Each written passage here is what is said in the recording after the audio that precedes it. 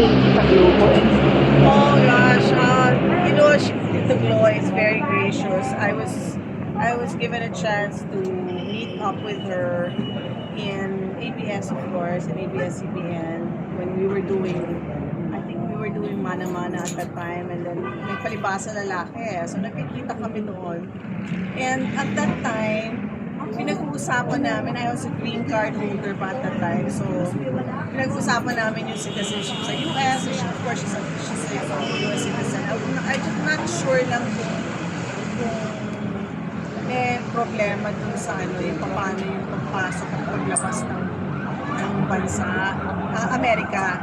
So, yun yung mga topic na pinag-uusapan namin. She was so gracious in giving advice, and of course, pinag-uusapan din namin ng showbiz. But Tita Glo is such a beautiful person inside and out. Until the very end. Wala akong masasabi. Talagang siya na. Thank you po, Miss Myris Paula po. Thank you.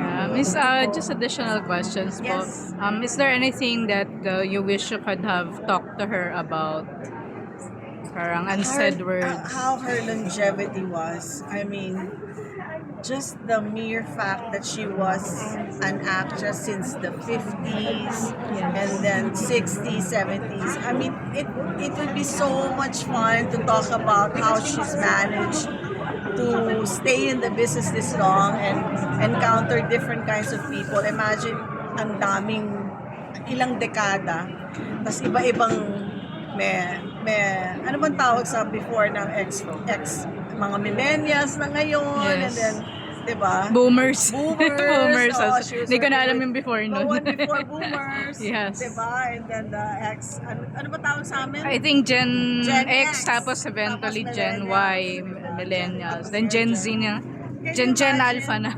Can you imagine the longevity and having to work Yes. with all different types of people in the industry? Mm. Kami, we're also having a different time na now na we're working with people na ibang generation na.